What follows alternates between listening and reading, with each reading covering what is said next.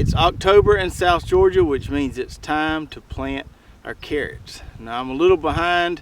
I'd usually like to get these in the ground early to mid-October, but with the late summer we had, it just got me behind on planting everything. And so here I am, the end of October, kind of right before Halloween, finally going to get these carrots planted. If this is your first time on our channel, welcome. Go ahead and hit that subscribe button below and that bell button so you get notified every time we come out with a new video.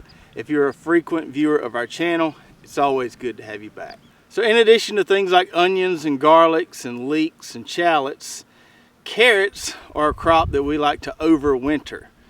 That means we plant them in the fall and then we grow them over the winter and harvest them in early spring. Carrots do really well when they're overwintered. Now they'll take a lot longer than if you plant them in the spring because the temps are going to be cool. They're not going to be growing as fast. But those cool mornings where we get a little kiss of frost on those carrots will make those carrots so much more sweeter than if we grow them in a warm season. So throughout the winter time, overwintering them is my favorite way to grow carrots. Today we're going to be planting carrots in one of the 6 crops I have here in my dream garden. These plots are 30 by 35 feet. I had tomatoes planted in this plot in the spring, and I've added a good bit of organic material to this soil since then. This soil was kind of not very workable when I had those tomatoes in it, but I had some wheat straw around those tomatoes, and upon the recommendations or suggestions of several of our subscribers, I tilled that wheat straw into the soil, which helped make the soil a lot more workable. And then I also had a big cover crop of sun hemp. That's what you see here, some of those leftover stems. Some sun hemp in here. They got pretty tall, and I mowed it and got it nice and chopped up. So this soil in just a matter of a few months is in a lot better shape than when we started. So I came out here the other day and went ahead and got my drip tape laid to plant my carrots. I've got my main line run here. My drip lines are running perpendicular to that. Got my filter regulator set up here where my water hose is going to hook up to feed that main line and then those drip lines. With carrots, we like to plant them on what we call double rows. That means we plant 2 rows per 1 line of drip tape. After I buried my drip tape with the drip tape layer, and if you've never seen that in action, we've got plenty of videos where you can watch that little tool. It's quite handy. But anyway, my drip tape layer makes 2 little kind of mini furrows here on both sides of the tape as it's covering the tape. Then I came in here with my little triangle hoe, just a little small long handle tool, and made these furrows just a hair bit deeper and a little more defined. And that's where I'll be planting my carrots, on both sides of the tape here. Now carrots are pretty easy to grow, but there's a few obstacles that some people seem to have that might prevent them from having a really great carrot crop. And before we plant those carrots today, I want to talk about 3 things that you want to make sure you do to have a successful carrot crop. Number 1 is you've got to keep that seed bed moist throughout the germination process. Carrots can take a little longer to germinate than some crops. You know, a lot of times they'll take 7 to 14 days to germinate. So you've got to keep that seed bed nice and moist. The drip tape can help with that, and a lot of times after I plant the carrots, I'll run the drip all night just to soak that seed bed really well. Today I'm probably going to take my tripod sprinkler and water this in because this area is a little dry here, and just make sure I soak that area. And you want to keep it wet until you see those little carrot sprout coming out of the soil. Once that happens, you can back off the water a little bit. But to get optimal germination, you got to keep that seed bed wet every day until they germinate. The second big problem I see with people planting carrots is they just don't plant them thick enough. You know, most of the things we grow in our vegetable garden, we're planting in a single linear row. So corn or beans or squash or stuff like that, 1 seed followed by another seed followed by another seed. Everything's in a nice little neat line. With carrots, you really want to plant them in a band. So you're not planting them 1 seed after another there. You're kind of just making a little band that, say, 3 to 4 inches wide there. And those carrots are going to be densely planted in that band. That's going to give you a really nice thick stand of carrots. Now if you really want all the same size carrots, you can plant them in that linear row, but we like all different size carrots, and I found it just works better if you plant them real thick and real dense in a band as opposed to a single row. And the third reason that someone might have difficulty planting or growing carrots is simply that their weed pressure is too high. Because carrots take longer to germinate, if you've got some heavy weed pressure, those weeds are going to quickly outpace those carrot sprouts. So you don't want to plant carrots in an area of the garden or in a garden spot where you have a lot of weed pressure. Now, a couple things you can do to reduce that weed pressure is that frequent shallow cultivation we always talk about, like with the wheel hoe. Go in there, you know, a couple times a week and really just kill any new weeds that form and kind of stir up that soil there so that those weeds that are buried a little bit can germinate. That will really help to reduce your weed pressure. Also tarping. So I had this area here tarped after I mowed or cut that sun hemp, and the tarp really helps to make your weed seed bank really reduced, and you'll have less weed pressure, so those carrots don't have to compete with the weeds when they're really small. So I've got 11 rows laid out in this 30 by 35 plot. I've got my rows spaced 3 feet apart. Now in the past I have grown carrots on 2-foot rows, but what I found is that when I grow them really close together, it's harder to get in there and harvest them. So when I'm harvesting carrots, I like to put this little basket between the rows, and this is what I use to pick them and put them in, or pull them and put them in. My rows are too close, I can't fit this down in between the rows, so that's why I put them on 3-foot rows as opposed to 2. Gives me a little more space to get in between there and harvest the carrots as I want to.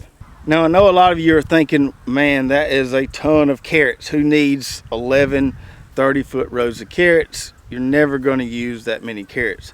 Well, me and the wife do have a little weekly CSA/vegetable bag operation, and in our area of South Georgia, there's not a lot of people growing carrots, especially not the specialty carrots like some of the yellow and purple ones we'll be planting today. So we have a pretty high demand for our carrots come early spring, and we've been growing them for 3 or 4 years now, so a lot of people really like our carrots and they expect them. So we don't want to disappoint, so we're going to grow a whole plot of carrots and won't any of them go to waste. We'll be able to get rid of them pretty easy, and we'll even eat a lot of them ourselves. We like to freeze them so we can use them in roast later in the year when it's too hot to grow carrots. Now another reason we like to grow so many carrots is just so we can show you guys what they all look like when they grow out. So we like to grow a lot of different kinds for our viewers so they can see what they look like and maybe determine which varieties they want to grow. So in no particular order, I'll go through these. So we've got this Danvers 126, okay, which is kind of your Bugs Bunny carrot. It's got a real broad shoulder on it, kind of tapers down. We've got this Bolero here, which is a hybrid variety, and this is one of my favorites, one of my really good producers.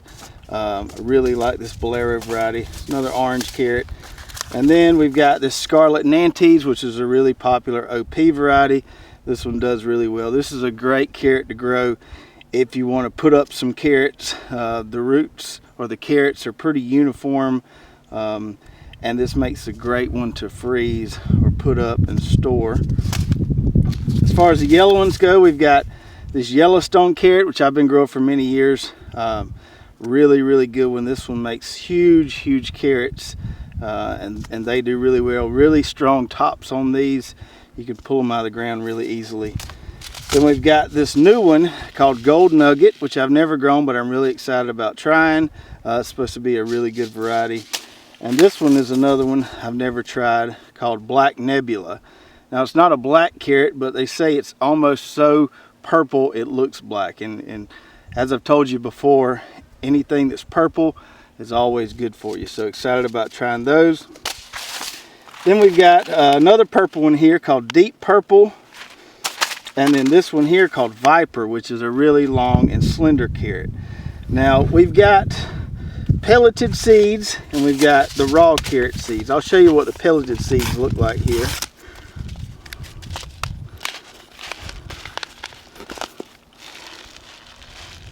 So pelleted carrot seeds are coated with clay, and which makes them a little bigger and also makes them kind of easier to handle. If you want to plant them with something like our Hoss garden cedar, you need to use these pelleted seeds. They'll feed through the garden cedar a lot better.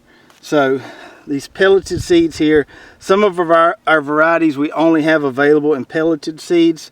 Some of them we have raw and pelleted, some of them just raw seeds. You can get the pelleted or the raw seeds, whatever you like. I'm going to be planting a little bit of both today, but just wanted to show you what those pelleted seeds look like there. So when I'm planting these guys, what I like to do is take me a little bowl or a little dish like this and just dump several packets or how much ever seed I think I'll need in this bowl here. It just makes it easier to grab the seed than if I'm reaching down into that packet. So I'll pour all my seeds for a particular variety in this bowl here, and then I can reach in there and grab a pinch and scatter them out along the row. So I've got my little bowl of seeds here. I'm going to start out with this Viper variety. I've got my drip tape here. It's buried there, and then on each side of that tape I've got my little furrows here where I'm going to plant my carrots. And what I'll do is I'll just take my seed and I'm just going to kind of liberally sprinkle it along that row right there. Just want a band of carrot seed here so I get a nice dense stand. And then once both of these rows grow up, we get some nice foliage. It'll shade out this area here. We won't have to worry about any weeds here. It'll just make a really nice dense row of carrots.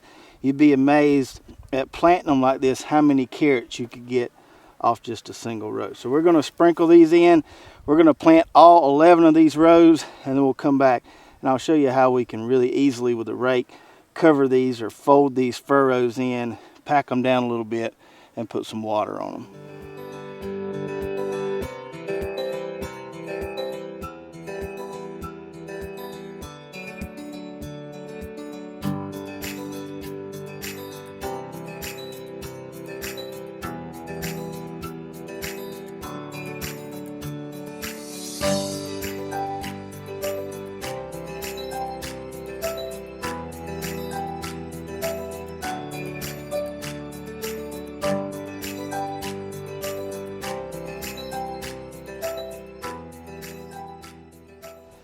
All right, so we got all 11 double rows planted there. Got our seeds in the furrow. We planted at least one row of all the varieties I showed you. Because we were doing 11 rows, we didn't have 11 different varieties, so we've got more than one row of some of the varieties. Now we just need to cover these guys up. Now carrots don't need to be planted real deep, so we don't need to throw a lot of dirt on top of these guys. We basically just want to take this dirt here that we used to make this mini furrow and just fold it back over so that the ground's kind of level there. And then we want to pack it down good. Now if you're doing this on a small scale, you could certainly do it by hand. It would take me quite a while to do that for these 11 rows. So I'm going to use my garden rake. We're going to close these furrows, pack it in good before we put some water on this plot.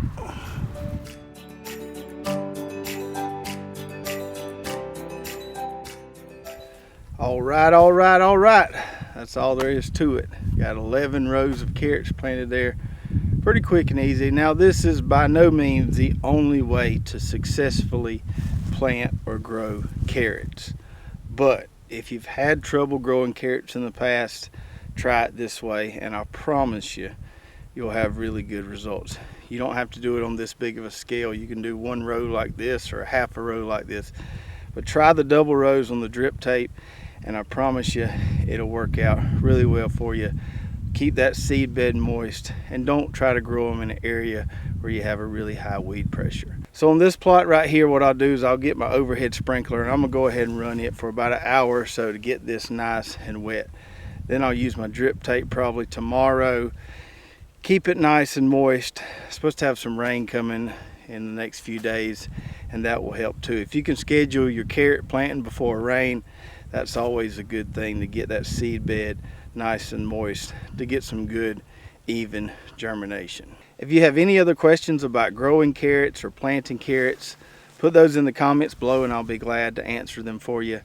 I'll also put some links in the description below to our carrot varieties and our drip irrigation kit so you can check those out.